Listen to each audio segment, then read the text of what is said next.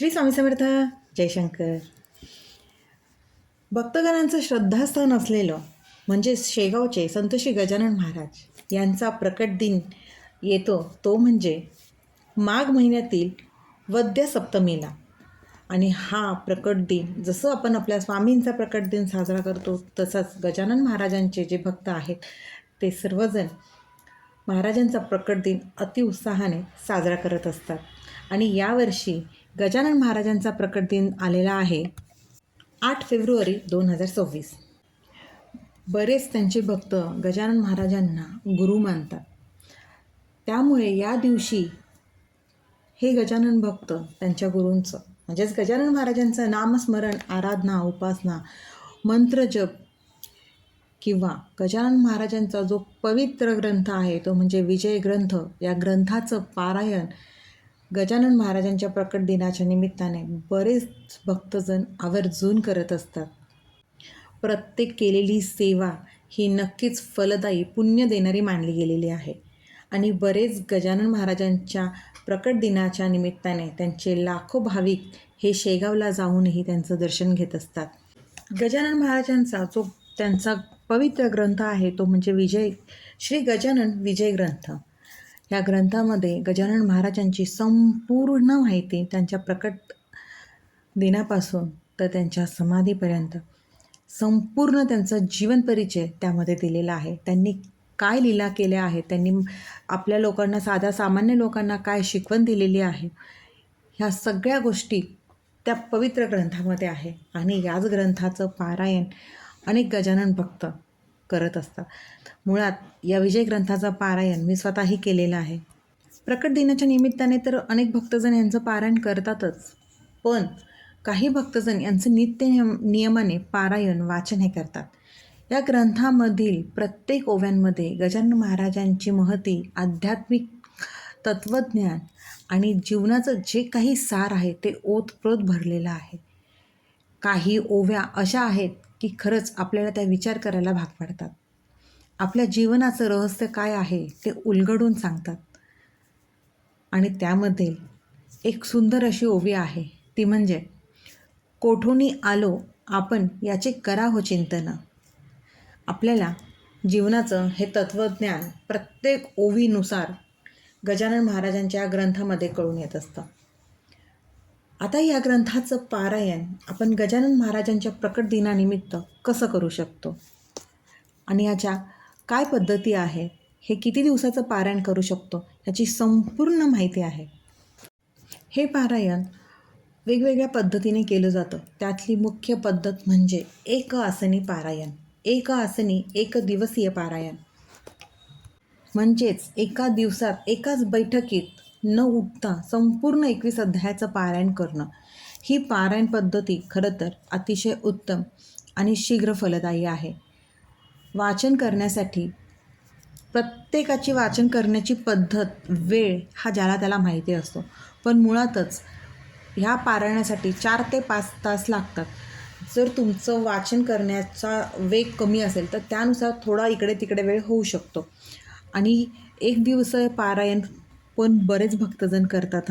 हा विजय ग्रंथाचं पारायण खरं तर गुरुपुष्यामृत योगावर अनेक गजानन महाराजांचे सेवेकरी भक्तजण करत असतात. कारण गुरुपुष्यामृत योगावर केलेल्या ह्या एका आसनी पारायणाचं विशेष महत्त्व या ग्रंथ ज्यांनी लिहिला आहे ते दासगणू महाराजांनी सांगितलेलं आहे. पण आजकालच्या आपल्याला या धकाधकीच्या आयुष्यात एक आसनी पारायण करणं खरं तर शक्य नाही आहे. त्यामुळेच आपण 7 दिवसीय पारायणही करू शकतो. आता हे 7 दिवस पारायण म्हणजेच रोज 3 अध्याय वाचून हे पारायण केलं जातं. आणि त्यानंतर 3 दिवसीय पारायण, 3 दिवस दररोज 7 अध्याय वाचून हे पारायण आपण करू शकतो. आणि दर महिन्याच्या दशमी, एकादशी आणि द्वादशी या 3ही तिथींवरती जर हे पारायण केलं तर त्याचंही विशेष महत्त्व आहे. आणि हे पारायण जर आपण आपल्या घरी करत असू तर अतिउत्तम. पण जर हे पारायण तुम्हाला लवकर फळ देण्यासाठी हवं असेल, तुमची इच्छा लवकरात लवकर पूर्ण करण्यासाठी जर करायचं असेल तर मंदिरामध्ये बसून जर तुम्ही हे पारायण केलं 3 दिवसाचं, किंवा जर तुम्हाला शक्यच असेल तर एक आसनी पारायण जर तुम्ही मंदिरात बसून केलं तर त्याचा खूप छान अनुभव येतो आणि तुमची इच्छा ही लवकरात लवकर पूर्ण होते. अशा पद्धतीने विजय ग्रंथाचं तुम्ही पारायण करू शकतात. आता पारायण आपण हे जो करतो आहे ते पारायण करताना साहजिकच संकल्पयुक्त कुठलीही सेवा करताना, म्हणजे इच्छापूर्तीसाठी जर आपण कुठलीही सेवा करत असू त्यावेळेला संकल्प सोडणं गरजेचं आहे. आणि संकल्पयुक्त सेवा जेव्हा आपण करतो तेव्हा अर्थातच आपल्याला मांसाहार वर्ज्य, ब्रह्मचर्याचं पालन आणि परान्न वर्ज्य ह्या गोष्टी पाळायच्या आहेत. ज्या वेळेला तुम्ही पारायणाला बसाल ती वेळ, ते आसन, ह्या गोष्टी आपल्याला पाळायच्या आहेत. आणि कुठलीही सेवा आपण जेव्हा करतो ती शुद्ध मनाने, श्रद्धेने आणि विश्वासाने करायची आहे. आपण जेव्हा विजय ग्रंथाचं पारायण करत असू किंवा कुठल्याही ग्रंथाचं आपण जेव्हा पारायण करतो तेव्हा आपलं वाचन स्पष्ट आणि शांतपणे असावं. मोठ्याने जे उच्चार असेल ना ते मोठ्याने बोलावे. एकाग्र मनाने वाचन करावं. आपलं संपूर्ण लक्ष त्या प्रत्येक शब्दांवरती, प्रत्येक ओव्यांवरती असायला हवं. ज्या दिवशी आपलं हे वाचन, आपला हा विजय ग्रंथ संपूर्ण होतो, म्हणजे त्याची जेव्हा सांगता होते त्यावेळेला आपल्याला नैवेद्य दाखवायचा आहे. तो म्हणजे यांना प्रत्येक संतांचा नैवेद्य हा खरंच साधा सोपा आहे. आपण आपल्या आवडीनुसार गोडधोड दाखवू शकतो, पण भाकरी, पिठलं, ठेचा, कांदा याचा नैवेद्य गजानन महाराजांना दाखवावा. आणि गजानन महाराजांना मोदकांचा नैवेद्य, तुमचं विजय ग्रंथाचं पारायण पूर्ण झाल्यानंतर मोदकांचं नैवेद्य गजानन महाराजांना दाखवावा. कारण का पोथीमध्ये, त्या ग्रंथामध्ये याचा उल्लेख स्पष्टपणे केलेला आहे की मोदकांचा नैवेद्य हा गजानन महाराजांना दाखवावा. त्यामुळे आवर्जून मोदकांचा नैवेद्य गजानन महाराजांना ग्रंथाचं पारायण झाल्यानंतर आवर्जून दाखवावा. या ग्रंथाच्या पारायणाने, म्हणजेच याचं नियमित पारायण केल्यास घरात धनधान्य, सुखसमृद्धी वाढण्यास मदत होते. आणि हे पारायण करत असताना गजानन महाराजांचा जो मंत्र आहे, गणगण गणात बोलते, हा जितका जमेल तितका मनात ह्याचं नामस्मरण करत राहावं.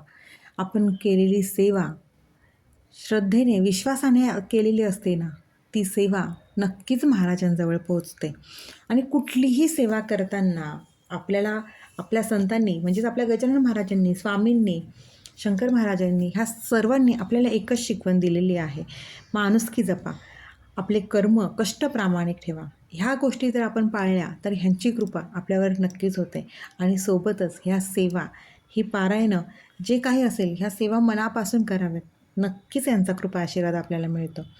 त्यामुळे गजानन महाराजांच्या प्रकट दिनानिमित्त श्री गजानन विजय ग्रंथाचं पारायण सर्व गजानन भक्तांनी आवर्जून करावं आणि गजानन महाराजांचा आशीर्वाद प्राप्त करून घ्या. कुठलीही सेवा करायला इच्छा असावी लागते. इच्छा असेल तिथे मार्ग नक्कीच मिळतो. आणि आपण जेव्हा सेवा करायला सुरुवात करतो तेव्हा महाराजांना विनंती करावी की तुम्हीच ही सेवा माझ्याकडनं करून घ्या आणि ही सेवा निर्विघ्न माझ्याकडनं पार पाडून घ्या. आणि खरंच आपण जी विनंती करतो ना ती ते नक्कीच मान्य करून घेतात. त्यामुळे खरंच महाराजांची ही सेवा करा. विजय ग्रंथाचं पारायण एकदा करून बघा, अनुभव आल्याशिवाय राहणार नाही. श्री स्वामी समर्थ. जय गजानन. गणगण गणात बोते, गणगण गणात बोते.